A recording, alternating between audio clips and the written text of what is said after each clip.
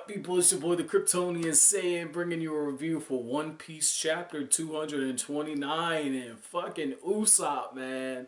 That's my dude right there. I love chapters like this where you get some development out of the secondary characters. And I like how Oda kind of builds up towards this in the chapter where he basically says through Sanji, that ship means the world of Usopp, because Sanji says, I wonder how Usopp is going to take it. And Zoro's just like, look, people can get more resilient over time. Ships have wear and tear. They eventually break. Shit happens. And I like how Sanji and Zoro, they're on the opposites, and yet one of the last panels we get in this chapter is Zoro and Sanji both making the I'm pissed the fuck off face. And I love how both of them on either side of Luffy. That was really, really nice. That was a really nice touch what Oda did there, because it's like Luffy's the guy that brings them in together. That's what I mean, like panel placement. Like just having those two on opposite sides and Luffy being the glue or the rubber band that kind of keeps them together. Very, very good. Now, the reason why Usopp surprised me as well as got my respect is Usopp had already gotten his ass whooped before. And instead of waiting like a weakling, instead of being a beta male, Usopp grows a pair and says, I'm going to go get that money back. I don't care if it kills me. And as beat up as he is, blood dripping all over the place, he goes to the Franky house, right? And the guy's like, I finally got my 200 million berries. I can finally buy that thing I've been wanting for a very long time.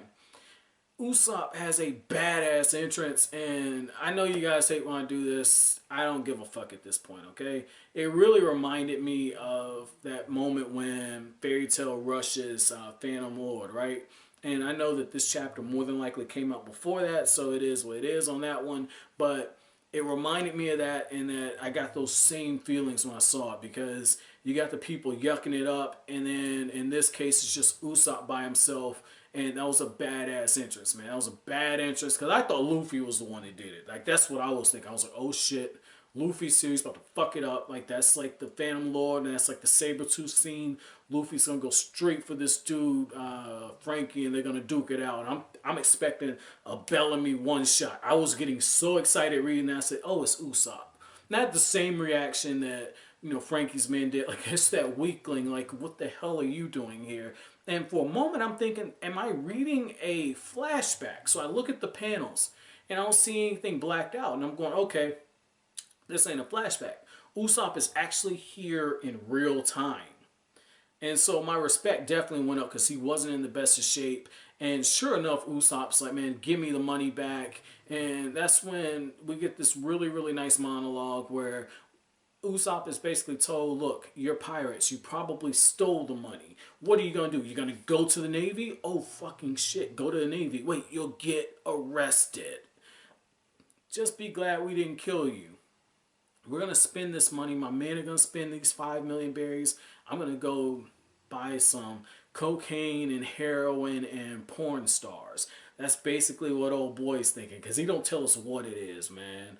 But that's the thing, right? Like, Usopp can't do anything, and sure enough, Franky's men, they're picking him up, they're dragging him, they're getting ready to whoop his ass again.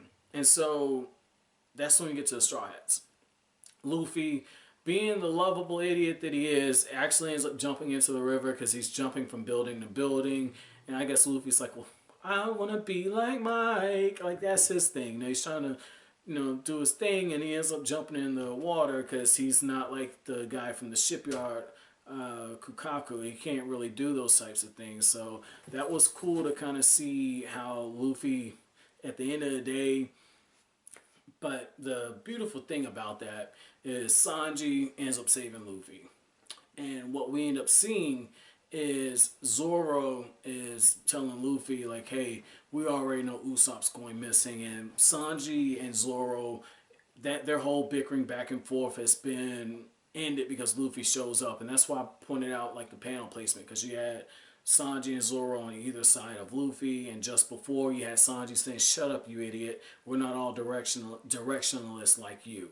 And so when they go looking for Usopp once again, you see the Straw Hats together, and if I'm not mistaken, it was Sanji and Zoro on either side of Luffy. They're looking down at Usopp, and it's because Usopp is unconscious. And right away they're thinking maybe he's dead. And I'm like, God damn, Usopp, man, he's holding so many L's right now. Like, what the hell is going on? Like, that's the beautiful part about all of this, though. Chopper tells him, like, look, I can still save him. He's unconscious. And that's when Luffy and the others, they have that look on their face, they have that murder look.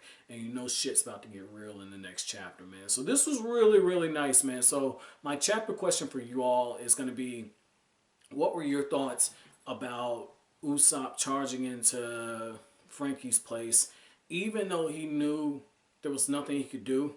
And also, what were your thoughts as far as Nami kind of taking the opposite approach? You know, Usopp said, I'm not going to depend on anybody else. I'm going to go do what I can do. Nami's holding down the place, you know, the merry-go, but she's also waiting for Nico Robin to show back up.